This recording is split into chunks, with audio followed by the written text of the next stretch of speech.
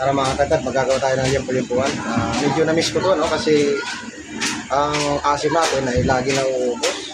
Kaya hindi tayo nakapaggawa ng liempo-liempuan. Ngayon mga tatad, ipapasilip ko na naman sa inyo kung paano diskarte natin paggawa ng liempo-liempuan. Ito yung asim natin. Ito mga tatad, ang ginagawa ko ay tinitrims muna ito. Para nang sa kanon ay magpantay ang laman. Saka yung tabak. Para yung pag ginawa natin liempo-liempuan ay talagang matok sa paningin ng ating mga customer. Saka natin hihiwain ng ganito. Ayan mga tatay. Ayan.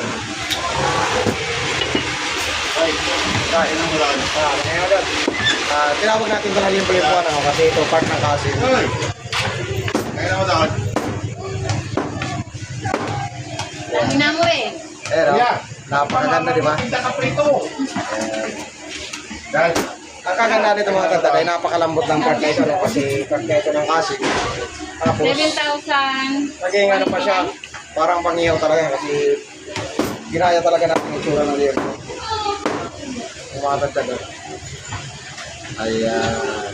Ito na nga mga tatad, no? Finished product na ating liempo-liempuhan. Ayan mga tatad. Sa mga gustong mag-ihaw dyan, ano? Ayan, lukutin na tayo sa number 28, Franco Street. Tara na pala, kinitay nyo. Let's go! Pak, pak, pak!